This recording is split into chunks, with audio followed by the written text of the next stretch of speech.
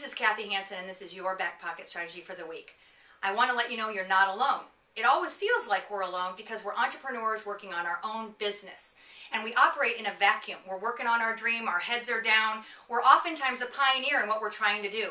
So we think we're the only ones that are struggling with whatever we're struggling with in business. And I want to let you know that you are not alone.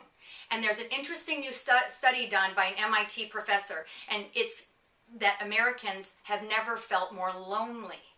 And it's because we're oftentimes giving a false sense of security with all these Facebook fans and followers and Twitters, and we blog. We have all these listeners, and we think that we're connected, but that word is a verb that's really not applying to empathy and self-reflection and perspective about how hard it is to be a working woman running our own business.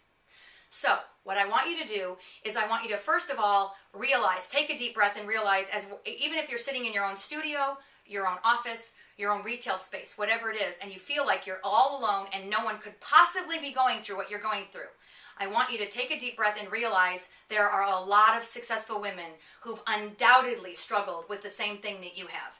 I know it feels like you're the only one, and a lot of times some of us get into the rut where we think we're terminally unique and no one could possibly be struggling with the same issues in business or at home, which spills over into business. But I promise you, where there's ever any successful woman, there's 1 degree of separation within somebody in your community that you could count on that has gone through and figured out how to get over that struggle. So what I want you to do is I want you to dare to reach out to someone in your community that looks like they possibly could have dealt with and overcome that struggle. The challenge is our time is very limited, as is theirs. So you need to be very discriminating about how you do that. There's no substitute for face-to-face conversation today.